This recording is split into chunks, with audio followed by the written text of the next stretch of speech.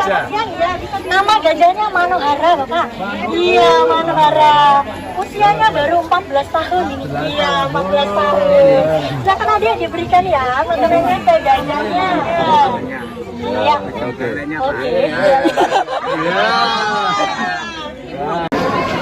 Iya, dari Tawang mau pulang ke Semarang sama keluarga dari Purbalingga. Jadi kita ke Solo dulu, mampir sambil makan siang, ngelihat ya kebun binatang yang ternyata sudah disulap berubah. Yang datang banyak, konsepnya juga tadi disampaikan menarik, makin terbuka. Kalau dulu kan binatangnya banyak di penjara gitu ya. Sekarang dibuka dan orang bisa ngelihat secara langsung, bisa berinteraksi ya.